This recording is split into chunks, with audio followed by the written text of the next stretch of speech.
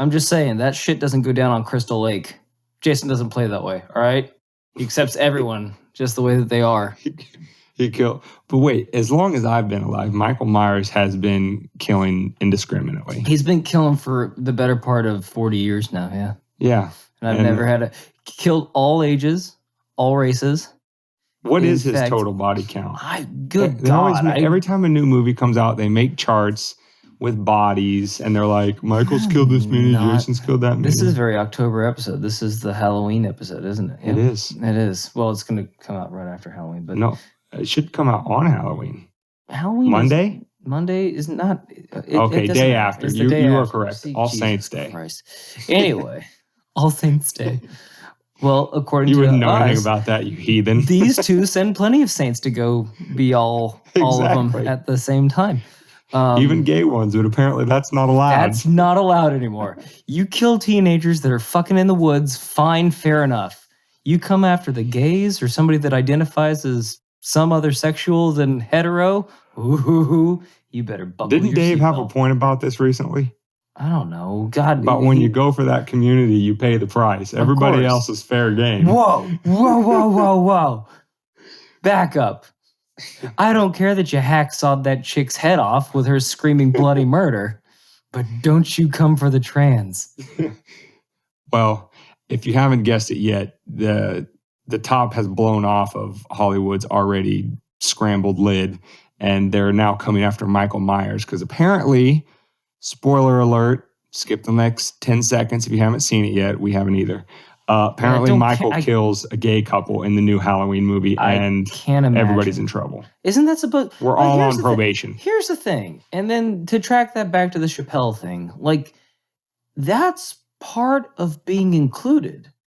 Is if we're making fun of you, or if Michael Myers is killing you, we accept you as you are. Yes, but you are every bit our equal. So wait a second. You don't want equality. You want to be better than us. You don't think that we can make fun of you or kill you in our slasher movies. You're holier than us.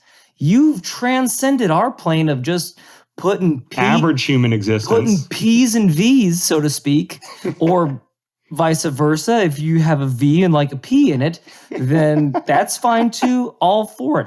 I'm even cool with touching tips together. I don't care. But if Michael Myers kills you, you are still human. You still shit like the rest of us, I'm assuming. God knows what you do afterwards with it. But that's what I'm saying, is that this is our form of acceptance, but you don't want to play by our rules. I think you hit the nail on the head there, Laszlo. I don't know if I hit the nail on the head, but I was definitely swinging for the fences.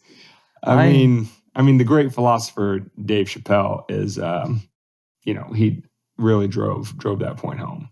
Yeah, I think Michael, fictional character as he is, you know what? Michael goes, "I got your back." Dave. there's a fictional character joke in there, but I'm not going to make it. What? I don't have the courage to make that joke. No. I am not Dave Chappelle. We do not have the backing quite yet.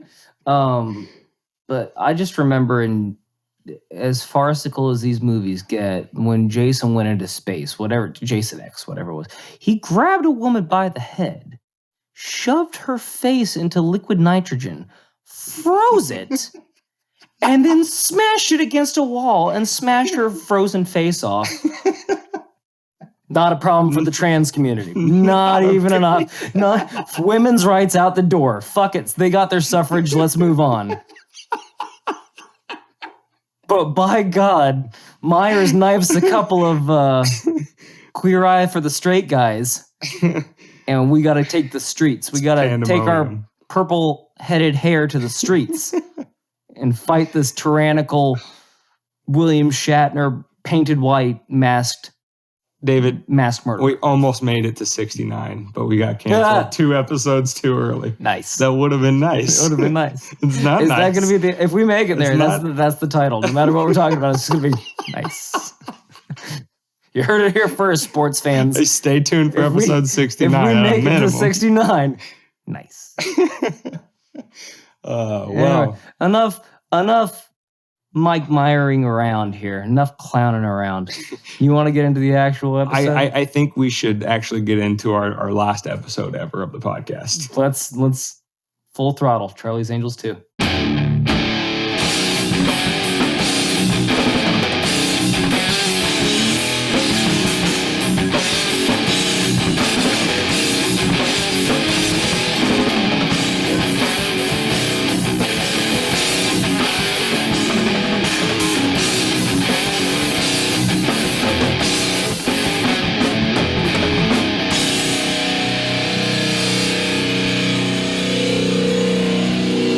Welcome to Weapons of Meme Destruction Podcast, episode 67, which can be found at wmdpodcast.com/67. You can find it on YouTube. You can find us on any podcast app. Just type in Weapons of Meme Destruction, and also link up with us on our different social medias, Twitter, Instagram, and TikTok. Dane, just to track back to the pre-roll, we've officially reached 139th in Australia, so we can finally hire a political podcast, not just podcasts in general, but we can finally hire fact checkers, and we can confirm that Mike Myers has killed 124 people in the various shows and movies that he has been slaying. 124. Not one bad body count. Almost as close to Will Chamberlain. Almost as close. I wonder if that number includes this current movie, or if that was. Oh, that one had. You just got that one. That one was a slow burn.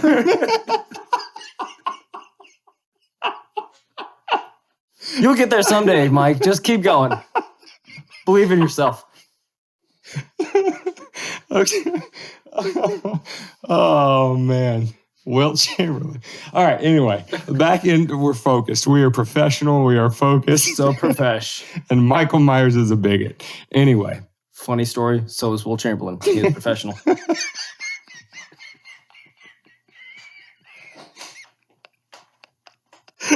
told you. Stop with the Will Chamberlain. Okay. All right. You might say he was really good with balls. And bouncing them. Okay. All right. No, we are driving to the hole. We're going to have a lot of editing to do on this episode. All right. David, is that a tear? No, it's not. Right. I just love my country so much. It's a tear for our last episode ever. Exactly. I don't know which of the 6 jokes you've made so far is going to be the reason why we get canceled, but in a blaze of glory. It might be cumulative at this point. They're just coming. They're going to come with pitchforks. Okay. We promise we have serious stuff to talk about in this episode.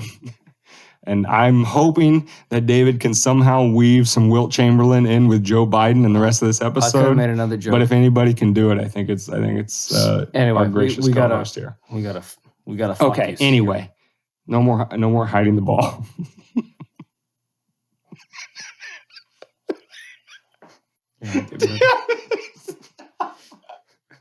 Okay, that was not me making myself laugh. Okay.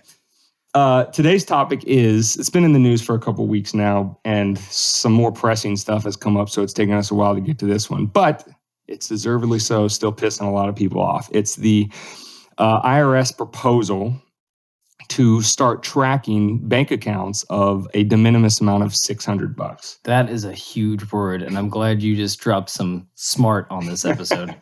After that. We have totally redeemed ourselves. Boom, back in the game.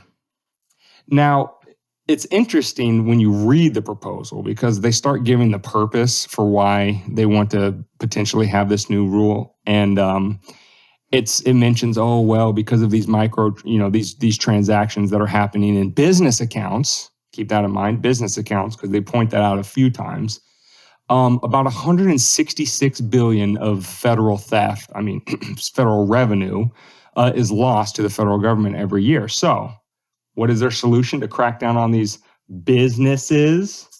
I've got an idea. What? Let's tax them. Yeah. Let's tax them. That's always their answer. This is how we're going to do it, guys. We finally cracked this nut. We're going to tax the rich. Yes, I know it's a new version. This is 2.0. Not just tax. In this case, it's literally spying on you. They want to be able to track all accounts. And then, again, this is why it's hilarious, because when they say in the purpose, they say business, 166 billion. It's basically they're sending out, we're screwing the rich people signal. And then when you read the actual proposal, it says business and personal accounts. So like, wait, hold up a second, Chuck. Wait. Not only a paragraph ago, you were telling me it was businesses and hundreds and 66 billions of dollars. I don't think my $600 checking account falls under that purview. I But send yet, business emails with my business account, and I send my lewds with my personal account. If I mix that up, I'm definitely getting fired. So one does not mix with the other. David, That's all I'm saying. in that single statement, I'm saying that they're different. in that single statement, you have triggered your personalized NSA agent, Oh, your IRS auditor, okay. your name 16 other federal bureaucracies are all now listening to you right now just because of that I statement. like to stir the pot a little bit, I guess. I guess so. You like to keep those guys entertained. Feel I don't bad want for them to them? get bored because That's got to be a terrible what if they stop job. paying attention to me? Okay, then I'm gonna feel like the Then you're really down to zero. ugliest girl in school. You know? Yeah. Do they at least like your posts on social media? I don't post to social media. That's you know that. smart, man. Yeah. So yeah, and here we have another classic example of government saying one thing, doing another, and a not insubstantial portion of the American population backs it up, swallows it whole. For example, I just saw an article earlier. CNN, was it CNN? Yeah, CNN ran a headline that said, because apparently Elon just, with the Tesla rise in stock the last couple of days, Elon just retook over, richest person person in the world. yeah. And the CNN headline said, with only $6 billion, Elon Musk could solve world hunger. And my first thought is like, you tone-deaf pieces of shit. I wonder how much money the militaries of the world, and I'm not even just talking about the United States, if all the militaries of the world say, you know what, we're going to take 5% of our budget that we spend on our national military, and we're going to put it to the problem of solving world hunger. Or option B, 2%. How much money did we spend in Afghanistan? 2.1 or was it 2.2 trillion? We just did this a couple weeks ago. I think it was the Afghanistan episode. 2.1, right? We'll just call it 2. We'll round it to 2 trillion. There's a whole lot of 6 billions in that 2 trillions, right? I'm not a math magician, but I'm pretty sure there's a couple of them. We might have to move some stuff around. But in other words, we could solve the problem every year. The problem could reestablish at the exact same levels every year and still keep solving the problem every year in perpetuity. Just get out my house. And yet these, again, and the tone deaf, this is the cathedral at work. Because whether they're just being disingenuous pricks or whether this is just like not so subtle propaganda of pointing the finger at a guy, say what you want about the man Elon Musk. At the end of the day, his companies provide goods and services to people. Now, I'm not going to get into the libertarian splitting hairs about he does still take government subsidies and all that kind of stuff. And again, nobody's looking to him as this some like libertarian, anarcho-capitalist hero. But the point is, Guy Fawkes, shall we say? Right. He takes government subsidies, objections there. The point is, his companies, his objectives are to provide goods and services to people. And they can't help but write an article, again, implicit suggestion that he's a wealthy, evil, greedy capitalist. And for only a small fraction of his fortune, which most of all is in stock, by the way, he's not just sitting on that much cash, he could solve world hunger. But let's not even sniff in the direction of government. The only entity in society which has monopoly violence power to go and forcefully confiscate your money to the tune of 1/3 of everything you make. If they don't get enough, they can just print it with the Fed and force you to use that deflationary monetary unit of the dollar with legal tender laws. They can steal from you, they can print more money, force you to use it, and they can't solve world hunger, but let's blame Elon Musk. Well, it's a good thing that nothing has happened within the last 2 years that would prove our theory about printing money is not necessarily such a good thing. Hey, how are gas prices right now? The price of meat. Yeah. Goods and sundries, have they gone down in value since we got those checks, those stimulus checks? Yeah. Or the war, or any everything, but Biden's driving this bus, so not even you go outside, you can't even get a sunburn. We got what? We're sitting on 200-300 of modern finance, and nobody has thought before 2020. Why don't we just print all the money we need? This is easy. This is so simple. Oh, the files are in the computer? All these pinheads are sitting up in ivory towers going, oh, there's something about supply and demand. And they're like, no, we'll just... You guys are sitting money there like print or go suckers. burr. Check this out. Just press print, you idiots. Copy and paste. Let's go. So I apologize for the brief Tesla Elon Musk divergence because, but yeah, like that headline. And again, this is what we mean when we talk about the cathedral. You have the government starting to, again, I saw somebody share a meme about this $600 thing, and it had a fact check on Facebook. You know what the fact check said? Oh, I'm all ears. This is partially misleading because it's not an actual enforced rule right now. It's just a proposal. Just like it was just 14 days to flatten the curve, and it was just a mask, and it was just a shot if you wanted it. Dane, you can't oppose something until it goes into law. You're fucking... You of all people, Esquire, should know that. You shouldn't try to prevent things before they become a law. You just have to let it happen. Kind of like Pelosi, yeah. We got to see what's in the bill so we can pass, or we got to pass the bill so we can see what's in the bill. Yeah, or exactly. Weinstein. You just let it happen and then you complain about it later, right? Nothing bad happens there. Oh, not a bad thing. The Pelosi thing isn't what you were signaling No, to I was me. going more You were Weinstein. going Weinstein all the way. The same thing that they were just, they were so up in arms with not a couple of years ago. Just lay back and let it happen, have a career for 20 years, and then complain about it later. I thought We'll get them. We'll get him eventually. Well played, sir. Thank you. Well played. I love how your hand signals get me to... I was like, oh yeah, he's about to make a really good point. I'm going to steal it from him. Nope. I would have never stolen Weinstein. Good luck. You don't know how this thing works inside my skull. It's not rational. It doesn't follow a line of logic. It just does things. Well, those things usually fit the puzzle quite well. Oh, well, thank you. So it's not just this, again, don't zuck us, Zuck. We'll say it's a proposal. Don't kill the messenger. This proposal isn't a standalone thing if you're thinking of the larger government objective, which is cutting people off at the knees from building generational wealth. Treasury Secretary, former Fed Chair Janet Yellen, has been making the media rounds recently, trying to kind of, drum up support for the idea of taxing unrealized capital gains. Dane, she's massaging the idea. Uh-huh. She's bringing she's not pitching. She's bringing some candles, champagne, and strawberries. She's just getting you to relax a little bit. It's not that bad. Thank you. It's a good fact bill. checker, David. It's a good bill. So just a brief explanation for those of you who may not know. So what are unrealized capital gains? Let's say you buy stock for $1. That stock goes up to $10. You don't sell. You now have $9 of unrealized capital gains. It's not real money to you.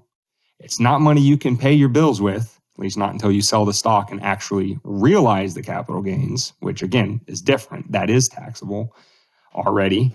It's the stuff that you haven't even got in your pocket yet. It can literally do nothing for you.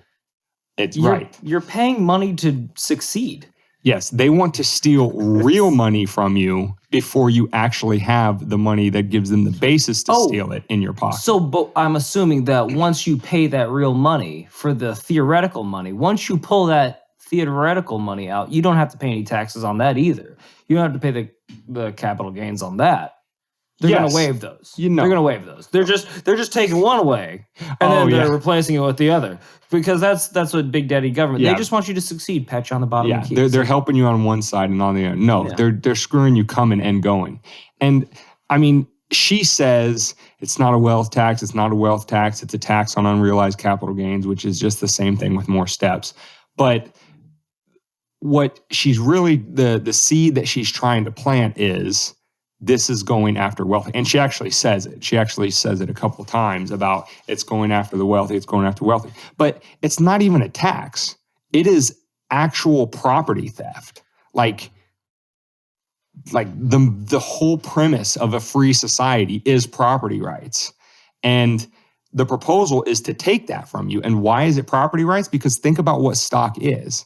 You have ownership in a company. If you have a 1% stake in Tesla, then you have a 1% stake in all of the machines, or you have a 1% ownership to all the machines that Tesla used to produce its cars and everything else that's tied with it. And that's property.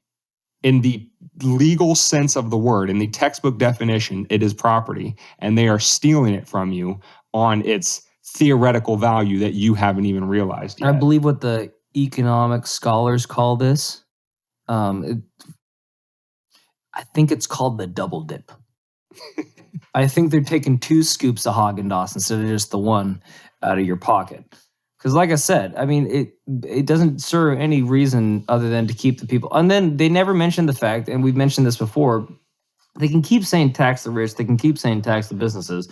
Well, all those businesses that they're talking about are going to have a hell of a legal team that I can only imagine this bill will have loophole after loophole to find their way out of it. But you'd have to pay the best legal minds in the world to do so, which, you know, Jane and Tom down the street aren't going to have the capital because, of course, they're already going to be paying the capital gains tax. And then they're going to be paying the extra money out of it, and they won't have enough money to buy that lawyer to find the loophole to get through it. So basically, this falls down from taxing the rich and taxing the businesses back to taxing you. Yeah, and I mean, and going back to the rich versus the common man, think about their own rationales. What does the government always push to you, right? 401ks, IRAs, put this money away. Interest-bearing accounts. Yeah. Term life insurance, which, again, all of those, the revenue that you put into those things are invested in the stock market. Guess Why? What? Things get tight, your wife just offs you, and you're a millionaire. You don't get to see any of those Finskys, but... Now, why do all of those wealth-generating vehicles, or at least hopefully wealth-maintaining vehicles, why do they invest those proceeds in the stock market? Because love it or hate it, think it's rigged or not, hate the guys on Wall Street, whatever you want, there is no denying, no financial advisor worth their salt would disagree with the statement that the stock market is still one of the best wealth-generating vehicles known to man, if not the best. And what they're telling you is, hey, Mr. Guy, you took a gamble on that stock. You turned out to be right. Congratulations.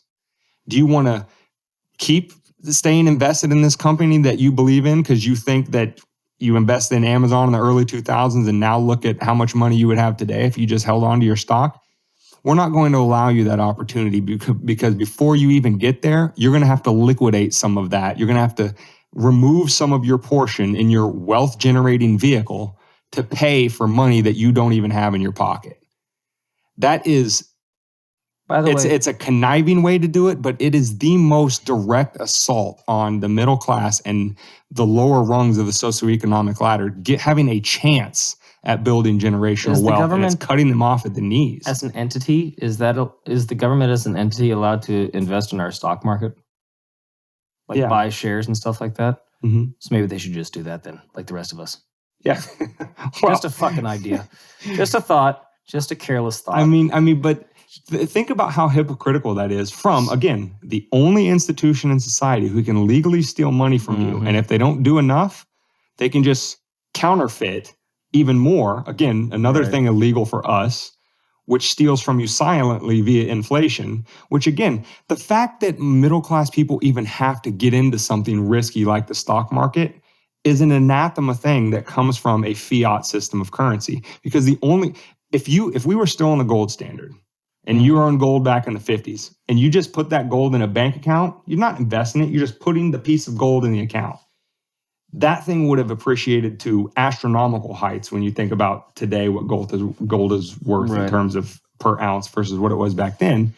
That is the way people were generationally wealthy before we got off the gold standard. So the fact that people are even forced into this riskier wealth building class, the stock market, is a result of government. And then once you're there, you take the risk, the very few chances you get a winner, they're going to cut you off at the knees and say, sell some of it because you owe daddy government, who didn't do a damn thing for you and didn't take that risk with you and didn't sit beside you in the chair at your job to get the money to risk in the first place. And I thought Mike Myers was an asshole for killing 2 gay guys. These guys are really something else. Let me tell you there, Dane.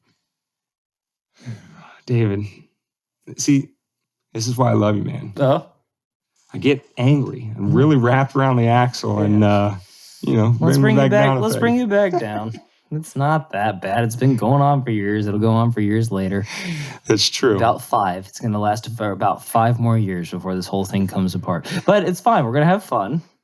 And they're going to make Mike Myers jokes. And not being able to afford food is a great way to stay in shape. Exactly. We're all going to look super skinny. We're not going to be able to body shame anybody anymore. This is going to be so great. I'm glad equality is the target goal. Yes. But the last thing that I wanted to say about this, because again, Yellen, just like the Elon detour we did earlier, again, the seeds are always planted from very, very early on in these proposals. It's only going after the rich, and it's only going after a sliver of the rich's wealth. And, we have historical examples for that because, again, history may not repeat itself, but it rhymes. When the first bill was passed in 1913 for the federal income tax, it only applied to 3% of all taxpayers. 3%. 97% of taxpayers were not subject to the original income tax. And the rates were only 1% to 6%. If you made more than $3,000 a year, you had to pay 1%. If you made more than $500,000 a year, which is tens of millions in today's money, then you had to pay 6%. The very highest tax bracket was 6%. And again, the entire bracket, 1 to 6, only applies to 3% of the population. Now, where's income tax sitting at today, David? I think the lowest amount is something like $9,000. It's like $9,000 to $12,000. You pay the initial income bracket, which is higher than the 6% that was the highest. I think in if you work 1913. part-time at Checkers and flip a burger twice a week, you're going to get subject taxed. to income tax. Yeah, You get taxation. It's like Oprah. Everybody gets taxation. and then the highest rate right now is like what? I think it's like high 30s, like 36, 37. Whatever, it might even be higher than that. Point is, it's a third of According everything to the Panama Papers, if you make a certain amount of money, you never pay taxes anywhere. But we can't bring them up, can we? We can't bring up all these people that evaded taxes that are multi. The same people that they keep saying are going to get taxed. There's papers that keep coming out saying they're not getting taxed. But we keep going, they're getting taxed. They're getting it just as bad as us. Bernie and Elizabeth, they're fleecing them. I can tell by their tweets. They're making cock-shaped rockets. Of course they're getting taxed. He would have shaped it like something else if he was of a sound mind and body and not getting taxed. Any other shape. A fucking triangle. He would have made it a triangle, but no, he could only afford the penis-shaped model. That's why Bezos chose that. Anyway. So, I hope you could tell from this brief little jaunt across history that, using your eyeballs and your common sense, the current tax rate for income is not what we were promised.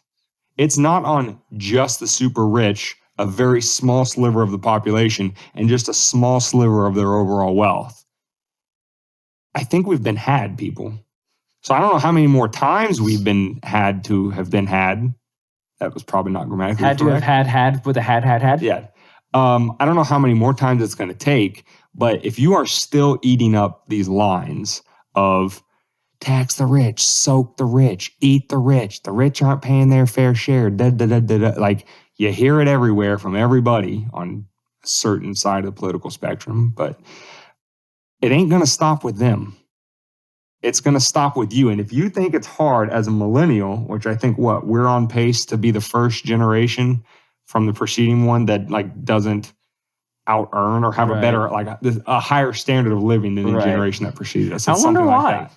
Yeah. That generation was so, cool. You let them start taxing unrealized capital gains and tracking every transaction in a $600 or more account. your chances at building that generational wealth is going to take an even greater hit Wasn't than that you're the already suffering under generation now. that started off like smoking pot and thinking peace and love and harmony and all that was all you needed, man?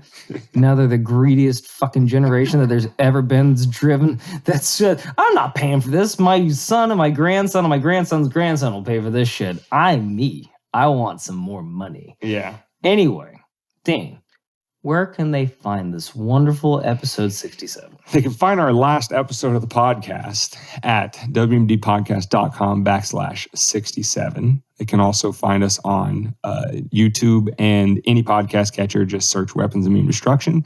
They can also link up with us on social media, Twitter, Instagram, TikTok. And always want to throw this one out there. Come over to the website at wmdpodcast.com. On the homepage, jump on that email list. Stay in contact with us a little more frequently than just the episodes. So, and hopefully, all you sexy nuns, witches, nurses, werewolves, if you're into that thing, furries, squidbillies, is that what the kids are watching nowadays on the Flixnets? Yeah. Hopefully, all of you check for razors in your Snickers and use protection, whatever kind of protection you want. And by God, if you're of a different sexuality than hetero, lock your goddamn doors because Michael's out there and he's gonna get you. He's gonna get you.